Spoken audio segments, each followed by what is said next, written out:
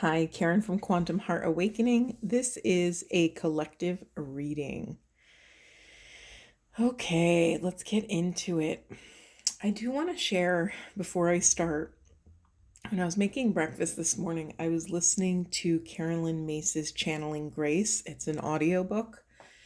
And the way she talks about grace is incredibly inspiring. She talks about it as this physical substance that in a moment of challenge is a divine distraction, almost like a protective, tangible bubble around us in a moment where we don't have access to our own reserves, where we have to call on the big guns to get us through or get us out of a situation.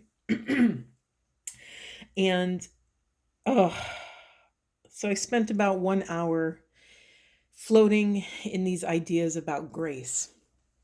And then I felt called after to pull a reading.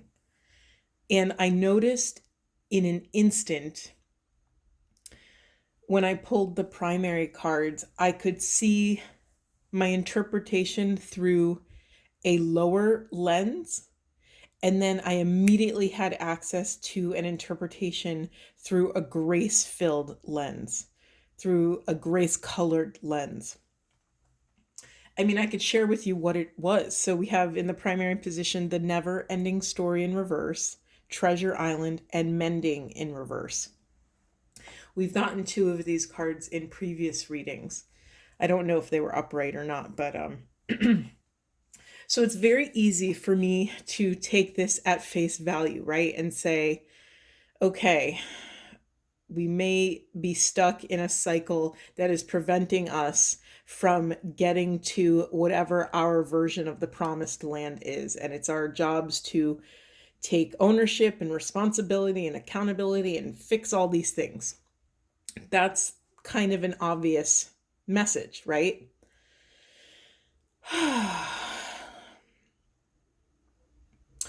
But through the lens of grace, I see and feel something so much more beautiful. To me, this message now is saying there's nothing to fix. That if we find ourselves in a cycle, in a cyclical experience, it too is the path to the hidden treasure, to our promised land. And with a little bit of grace, we will have the strength to be able to stay in it, to hold our center for love of self and other in this flavor of cyclical chaos. Can you feel how different that feels? It just opens up my heart. And I think that's what we're doing here. We're tuning or attuning ourselves to a more love-based way of living. And it's not easy because there's so much to pull us out of that presence. There's so much that gets in the way of remembering that we even have the privilege and access to grace, that we have access to grace in every single moment. But it's not something that we just call upon and get the keys to the kingdom. It is something that we have to build up. Carolyn Mace referenced this as building up your grace bank account. And how do we do this? We do this through prayer. We do this through practice. We do this by practicing calling on something higher than ourselves. And we do this in times of peace so that when our cages are rattled, so that when challenge arises, we will have the neurological pathways already in our brains, in our hearts, and our bodies to look higher for something other than what we're being presented with. The goal is to actually get to the place where we can recognize this chaos as actually divine safety, to trust that something greater is going on, and to surrender that I don't need to know what it is or why it's happening. That's an intense level of surrender.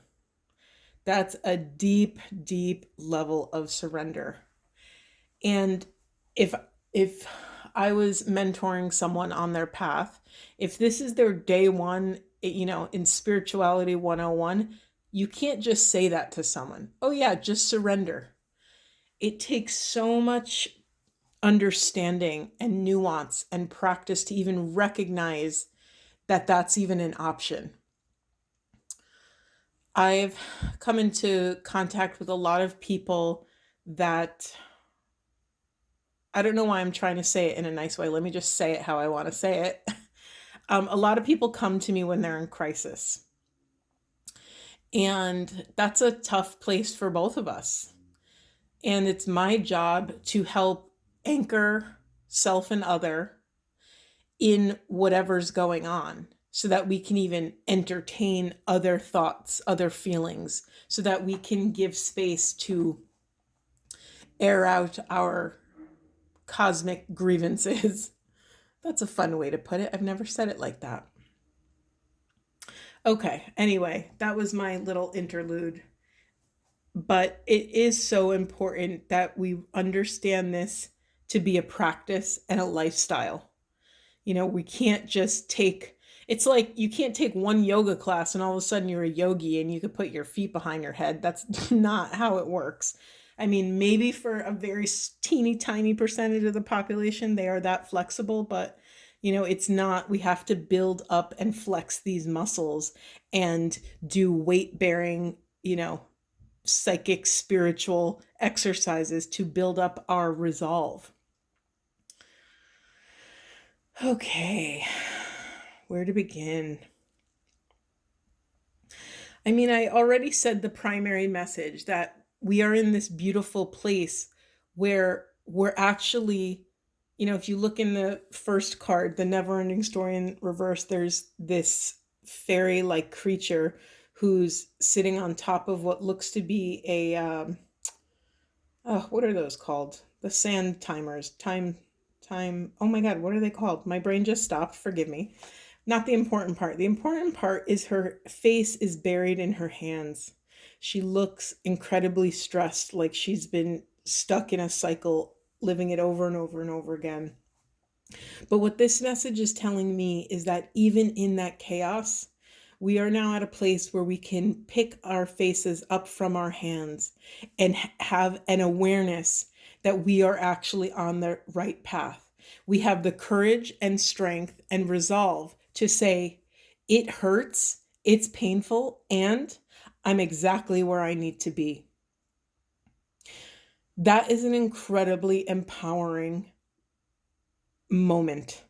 That is an incredibly empowering fork in the road where we have the option of two paths. Do we wallow? Do we spiral? Do we spin out? Or do we do what we have to do to take care of self, honoring that this pain is moving through me? It's just rough weather right now. I just noticed too, it's a 37 card, which reduces to a 10, which is the symbol of endings and beginnings. Okay. God, so much is coming up here. And I just got the message that some of you may be at a place where you're taking stock. And I almost saw like a montage of different parts of people's lives. Like I saw, you might be reflecting on past loves, inner child stuff, points of pride that you've had in your life, moments that you've been proud of yourself or proud of your loved ones. Also, the shadow side of pride, of where pride has gotten in the way. Maybe your ego has been activated in a way. Specifically, what's coming up for me is shame around our ability to build abundance. These are random. Like I said, it's coming through as a montage of just scenes. Yeah, moments of awareness around what we've been faithful to. We have the fidelity card. I mean, maybe for a select few of you, it's reflecting on moments where someone has not been faithful to you or you have not been faithful to another. It could also be moments where we have not been faithful to ourselves. Ooh, that's a big one. Yeah, and accessing hope, being this light of hope in these dark moments. This is the path to illumination. We are accessing and understanding mission and purpose. We are doing so and reflecting upon our lives with deep, deep compassion and love, honoring the moments where we have just acted out of survival. This awareness, this practice is all laying the groundwork for transformation. We are dismantling all illusions. We are readjusting our ship. We are shifting our navigational path. We are journeying to a location that, although is still shrouded in mystery, feels on course. We take care of self by moving this physical vessel. This is very heady, mental, cerebral, emotional, psychic work.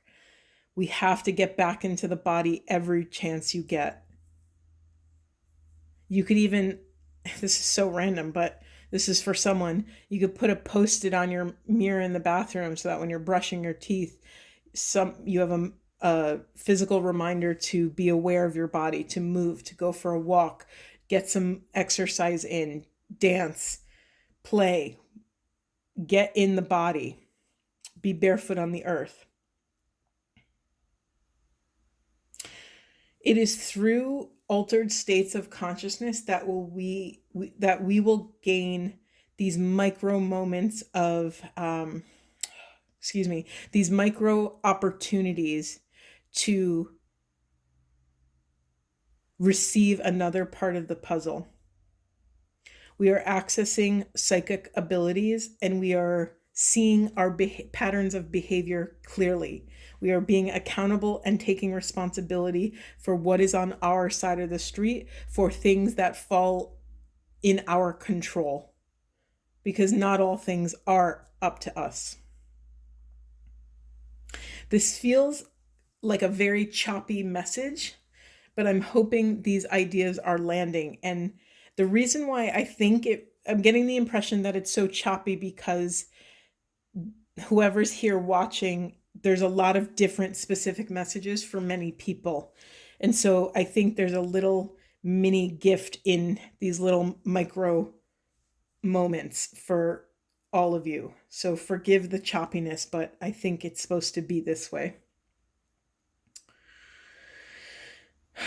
Yeah, in the unconscious position, we have the yang energy, the masculine energy. We have problem solving and resolution, and we have power to visualize a better world.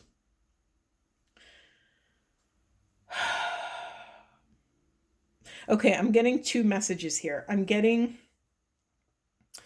Because I'm also keeping in mind, we're in this, oh, I'm sorry, also in the unconscious, we have deep replenishment, retreat, rest, and be held.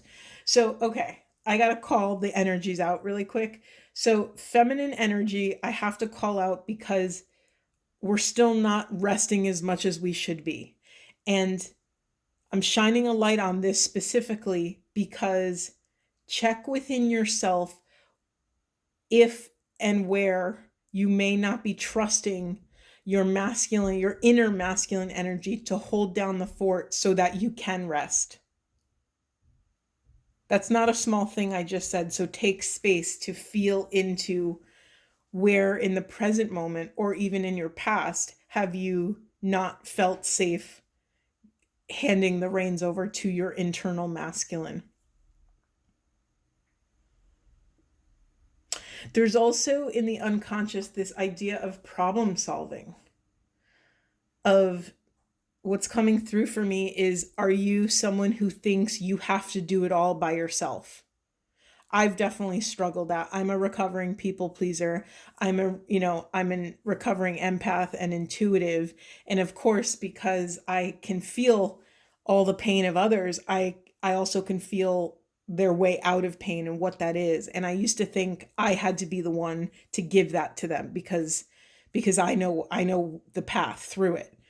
And it took many years of honing my boundaries and my throat chakra and being able to communicate those boundaries with love and not anger or resentment to get to this more sovereign place, right? It's very important that we don't speak in absolutes on this journey. We're not trying to get to this place called enlightenment.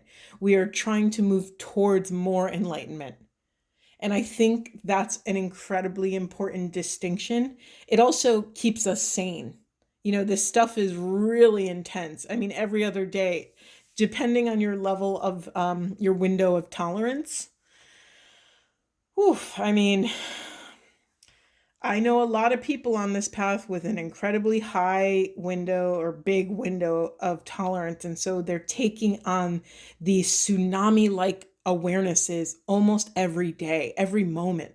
And to live at that altitude and those depths, that's incredibly exhausting. I don't care how skilled you are, it's exhausting. So honor your capacity and really call yourself to task. Call yourself out to see if you're putting all of this extra pressure on yourself to get to some sort of destination. Yeah. Sorry, I just had three different quotes pop in my head at the same time. Yeah, the common one you've heard is that the journey is the destination, right? And also, this is from me personally. We're not working so hard and doing all this work to get some sort of recognition, to receive something outside of ourselves. We are doing this inner work so that we get the prize of being us, of being this transformed, more peaceful, more authentic versions of self. That's the prize, that we get to be out in the world and be comfortable in who we are and our weirdness and our quirks and our passions and our desires and our fears, and to be that way without feeling like the rug's going to be pulled out from under us because it's not safe to be that way. So that's the prize. So I think it's really important that we recalibrate where we think we're going, to have hope, but not to drown in hope, not to always think that to have hope that we have to get to this certain, X marks the spot. It's not, it's a feeling. It's a feeling of freedom and sovereignty and love and wholeness in the present moment. Yeah, there's also some self-esteem. We have the lily of the valley, the power, oh, can you see? Yeah, the power to visualize a better world. And this is in the unconscious position. So, be very gentle with yourself and be mindful of where do you still believe that it's not real, that none of this is real, that it's not possible to transform and change your life and nothing's going to get better, and, fill in the blank. Where, catch yourself, because no one's going to do that for you. I mean, we can have wonderful, beautiful members of tribe that help keep us accountable and are very loving. I am grateful for people that will call me out. But at the end of the day, I'm alone within myself, right? I'm responsible for my interior castle. No one else can do that work on the inside for me. It's up to me. So yeah, just take stock and see where you see if there's any parts that still believe that it's not possible. Okay. Okay, what's left? Let's see. Something else that just came through. So, so when I was younger, I received a lot of visual ideas, images, symbols, signs, specifically images. Like I would see a whole landscape or a whole scene as if it was like a snapshot in a movie. And what I realized now, those things were archetypal prophecies. They were archetypal premonitions that, it I take them symbolically. I take them archetypally. So it's not that I thought that thing exactly was going to happen, but it's important, just like if you've ever done any dream work or shamanic dream work or Jungian dream analysis, there's many different bodies of thought on this. It's less important what it actually looked like. You know, when you have a dream, it's not as important that you narrate, you can repeat scene by scene what exactly happened. The most important thing is to capture the overall essence or feeling of that experience. And more often than not, that's the puzzle piece. Uh that's the gem in the center of all the chaos. So this was for someone. I had to bring this up for somebody here listening. If you've had any premonitions and you haven't either known how to work with them or you haven't believed them, you know, it's really easy. We have a million dreams. Most of us don't remember our dreams. It's really easy to just write them off, right? But for someone here, I'm meant to share the message to start honoring what you're actually receiving. Maybe keep a dream journal. And mind you, these things aren't just through dreams. I used to have waking premonitions. Premonition, I don't fully resonate with words. I'm obsessed with words, and I just know that when you find the right word, it holds a certain frequency. And for me, the premonition is not the right word. There's almost a, I don't know, I can't think of it. It's almost like an invitation to participate in this fleeting myth. If you've ever gotten into Joseph Campbell and, you know, dove deep into those myth stories, or Clarissa Pinkola Estes, she's another incredible storyteller. You know, they take you deep into the underworld of this myth, this mythological journey. And it's you become a part of it, and then the lessons from it are almost in the tissues of our being. They're in the fascia. They're like, they penetrate so deep, and then we get to go home having making meaning that applies to our particular situation. Sorry, I talked way too much about that, but that was for somebody, so forgive me to everyone else if that does not apply to you. Okay, yeah, and the other questions, these are a lot of ideas here. Where are you being called to journey to? I think we have a new moon coming up shortly, and I think there's also a lot of astrological planetary stuff going on. Don't ask me to name them. I'm not fully aware of all of it, but I am aware that it has been a bit turbulent in the field. So, where are you being called to journey to next? This is not an easy question. This is, this might require some dismantling. This might require and call you to a higher level of truth. You might have to step into truth that's very uncomfortable about maybe who you're with, where you're working, where you're living. And these are big questions because the answers are massive and will shift the course of our lives. So sorry to dramatize that a little bit, but I guess what I'm saying is that these questions are divine questions and require a divine space and time to very authentically drop into what is true for you. We also have seeding the light, laying foundations, divine plan. If you knew you would be supported, what would you do? And we're also stepping into this and honoring this double mission, right? This double-edged thing of we're channeling and uplifting humanity. I think none of you would be on this channel and still here listening to me if you weren't, God, if you weren't flowing with something higher, if you didn't feel the strong vibration of your soul calling you to a place that lies outside of your awareness, right? We are all being called to enter the mystery, to make love to the mystery, to trust and surrender to this flow, to honor the signs that are arising, to honor that we're actually in a companion, we have a companion in spirit. We're not doing this stuff alone. All right, let me get some of these divine map. Oh, jeez. Okay. I guess we're going to take all of these. Your worst enemy cannot harm you as much as your own unguarded thoughts. Hate never yet dispelled hate. Only love dispels hate. Love brings ultimate victory. How hard is it to stand in truth? How easy is it to lose yourself to desires? Oof, this one is so hard.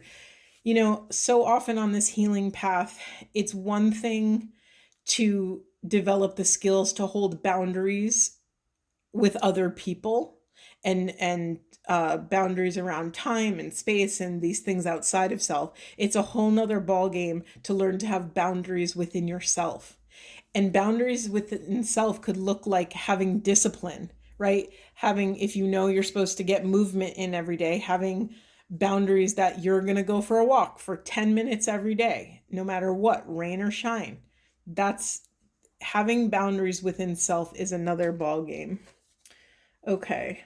Resist the temptation of pleasure and the desire to hurt. You are a free person. Endure harsh words, for many people speak wildly. Endure hard words in peace. Oof.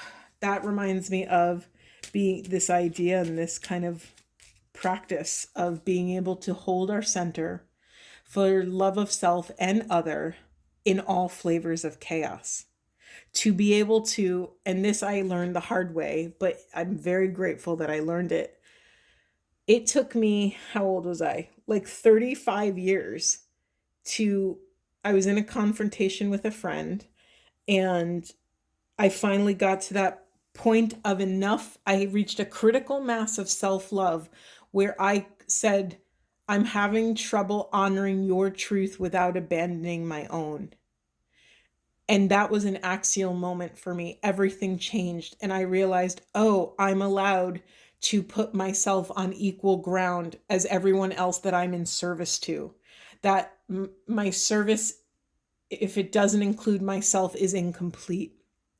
So to be able to endure these harsh words and endure the harsh realities of life, but to do so in a way where we retain that inner peace. Okay, I think I've milked these messages to death, sending you all so much love. And no, you know what? Sorry, I just got a call to pull one card out of my Animal Apothecary deck.